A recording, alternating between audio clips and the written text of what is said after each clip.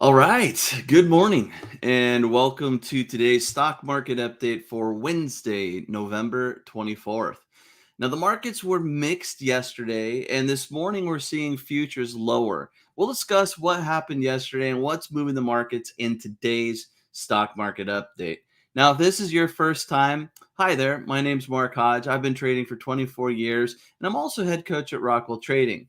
And every morning, Marcus and I sift through a mountain of news websites, newsletters, and reports. And then we take the most important news and go live here to share with you what you need to know as you approach the trading day. Now, if this is your first time here, I know it can be a bit overwhelming. So don't worry. We have a special video just for you that I will link in the description. And it's a great place to get started. Now, Marcus isn't with me this morning. He'll be back on Monday. But together, we have helped thousands of regular people understand how to trade these crazy markets and actually make money way beyond what your typical financial advisor would be able to do. So let's first take a look at yesterday. And let me bring up the charts here. Here's a chart of the S&P 500. And we see yesterday, we actually opened slightly lower. We dropped and then we closed higher for the session. So we're off of these record highs that we saw this week, but a pretty nice recovery after the dip that we saw yesterday morning. Here we have a 5-minute chart showing the same thing, opening lower, rallying a bit, coming down, hitting session lows, going sideways, and then a bit of a rally into the close, putting the S&P positive for the session. Now the Dow actually leading the way, the Dow finishing higher for the second consecutive day. The day before, it snapped a 3-day losing streak, and then even though it rallied a little bit, it showed some weakness closing at session lows. But yesterday, opening right up, dipping a little bit, just like the S&P, but then rallying, finishing the day up 0.6%. Now the Nasdaq, another story. The Nasdaq dipping really down for most of the session, and then well, it ended up negative, so it stayed lower for most of the session and the entire session. But we actually saw that it came off of session lows, so a little bit of a bounce off of those session lows yesterday, even though the Nasdaq finished lower for the second day straight. Now, part of this is the Fed chair nomination, Jerome Powell. It was expected, but with the potential for interest rates to be raised next year, we know about the tapering and the bond buying and how that's slowing, and there's a plan to reduce that and bring that to an end. But the idea that Jerome Powell will take the helm for another 4 years, which was pretty much expected, but became a little more up in the air over the last couple of weeks. I think that really just kind of solidified, gave the markets an excuse, right? And if interest rates are rising and yields are rising in particular, we could look at the 10-year yield, then that has a tendency to put pressure on growth stocks. And we see that that's exactly what's happening here. Today, it's up a little bit more, but the day that President Biden made that nomination, the 10-year yield was higher. Yesterday, it was higher. So that's putting a little pressure on tech and growth stocks. Now, an interesting thing here, let's take a look at crude oil, because crude oil has been in the news. And yesterday, the US Department of Energy said that it will tap into 50 million barrels of oil from the US Strategic Petroleum Reserve, alongside several other countries, which included China, India, Japan, South Korea, and the UK. So there was this coordinated effort to introduce more supply.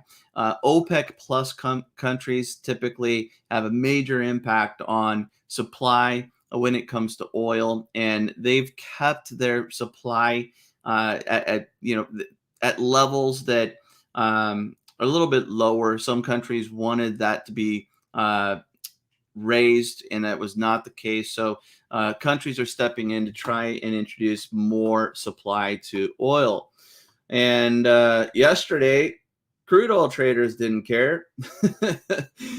Crude oil finished higher by 2.3%. So you'd think that with more supply, there would be lower prices, right? Because when supply is tight, then prices can rise because of demand. Not the case yesterday. Crude oil's flat today. So interesting to see that crude oil futures really didn't move much today, or they moved in the opposite direction yesterday, as some people would expect.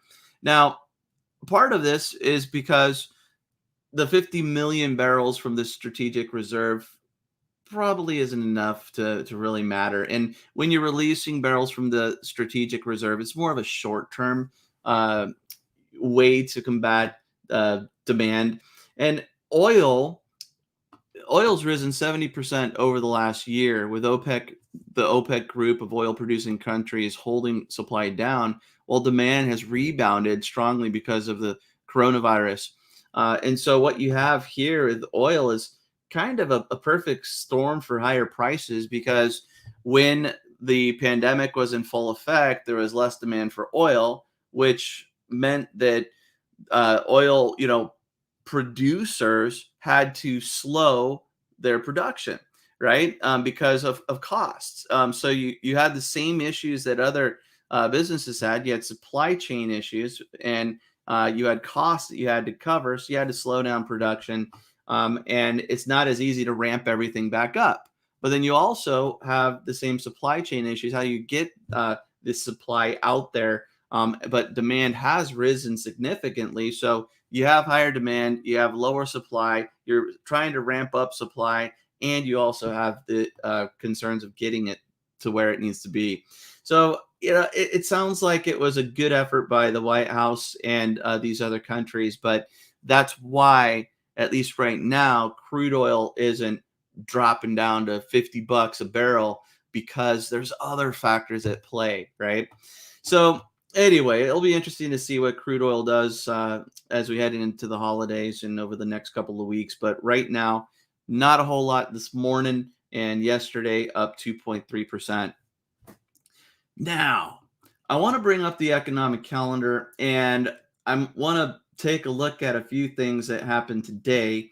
Today, actually, an active day when it comes to the economic calendar, although it's the day before Thanksgiving. Markets are closed tomorrow, at least in the U.S. U.S. exchanges are closed for Thanksgiving. Uh, I am thankful for many things, and I hope that you take a moment to be thankful for what you're thankful for as well. And with that said, typically Wednesday is a lower volume, light volatility trading day. Thursday, U.S. exchanges are closed, and then on Friday, you have a short trading day where markets are open just until 1 p.m. Eastern.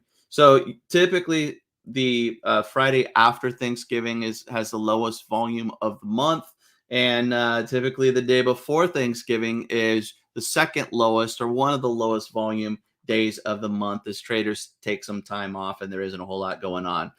But there are some reports here. We had preliminary GDP. So the second quarter GDP growth was revised up slightly to 2.1%, and it was below the estimate of 2.2%. Durable goods orders declined 0.5%, worse than expectations as well. So durable goods down 0.5% compared to a 2% increase. The real notable thing here, I think, is unemployment claims. Unemployment claims coming in at 199,000 claims. So last week, 199,000 Americans filed for unemployment for the first time. This is the lowest since the pandemic began, and actually the lowest since 1969, which when I saw that headline, that caught me by surprise. But the lowest level since 1969. So this could be having an impact on futures, because futures are pointing to a lower start. It looked like there was a little dip before that information came out, but again, the Fed uses data like prices and also jobs data to make their policy decisions. And if unemployment claims are the lowest that they've been since 1969, then it has some traders a little concerned, because will the Fed make decisions more aggressively if the job market is doing well? And that's debatable because there are some other factors there. But short term, that could be what traders are focused on. And it looks like we're pointing towards a lower start. I want to mention few notable movers today. Let's look at Gap. The ticker is GPS. So Gap getting hammered, just hammered overnight. Look at this. Gap down 21%. Gap trading back at levels that we haven't seen since October of 2020.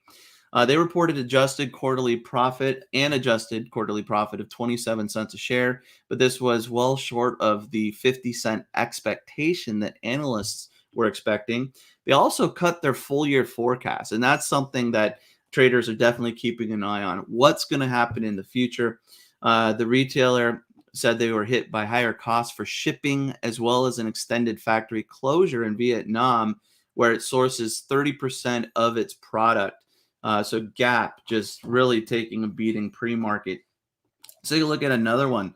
Nordstrom. The ticker is JWN. JWN. This is from an old trade. I can delete this. I do not have a trade here. Made some money on JWN this year, but I am not in it. I do not like to sell puts ahead of earnings for this very reason. So JWN, look at this, down 24%, and similar to the Gap, putting that at levels not seen since 2020. Instead of the Gap, though, we're looking at levels not seen since November rather than October. So JWN just getting hammered. They plummeted after reporting earnings of 39 cents a share. This was short of the 56-cent expectation by analysts. The retailer also hurt by rising labor costs and inventory issues, saying inventories were especially short in women's apparel and shoes, where demand rebounded more strongly than expected. So there was some demand there, but they didn't have inventory to supply that demand, and they weren't able to profit from it. So that's one that's having a tough time. Let's look at Deere. Deere also reported earnings. Now Deere seeing a positive move pre-market, up 2.5%. The farm equipment maker reported earnings of $4.12 a share. I guess my dog Chip likes this one, beating expectations of $3.90. Revenue came in slightly below forecast, but Deere said solid demand for its products helped cushion the impact of a month-long worker strike. Deere up 2.4%, not as high as it was earlier pre-market, but still looking to have a good start. Now, I also want to bring up, Chip, you can't do that. Come on now. I want to bring up Dollar Tree. So Dollar Tree, they reported earnings yesterday, up 9.2%. At least I believe it was yesterday. Yeah, yesterday. But the real kicker here that I thought was interesting is Dollar Tree is now the buck and a quarter tree. Well, there's still the Dollar Tree technically. Some price hikes were first announced in September, but yesterday Dollar Tree said prices on the majority of its products will climb to $1.25 from $1 by the first quarter of next year. And this decision is permanent. So this changes the "I'll buy that for $1" philosophy that the company has held for 3 decades. Traders liking that news just because that gives more profit margin there, and especially since that decision is permanent. One last comment. Let's look at Tesla. We got to look at Tesla. So Tesla down 4% yesterday, down almost 3% pre-market. Not big moves, but it looks like now we're finding a little bit of a range here between 1,000 and 1,200 here. And this comes as a regulatory filings show that Elon Musk exercised options to buy 2.15 million shares at those prices that he's able to exercise those options. That's a no-brainer. So of course that would happen. But he sold 934,091 shares, just over $1 billion worth of stock. And since his Twitter poll on November 6th, asking whether he should sell stock or not, Musk has unloaded 9.2 million shares worth $9.9 billion. So Tesla down a little bit. So taking one last look at futures, we're pointing to a lower start. S&P, E-mini S&P, E-mini Dow down about 0.5%. NASDAQ leading the futures lower, down 0.75%.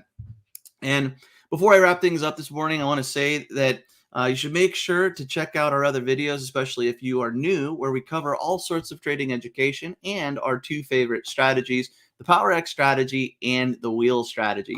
Now, I'm going to see if there are opportunities for us to trade those strategies as we approach the open today with our mastermind group.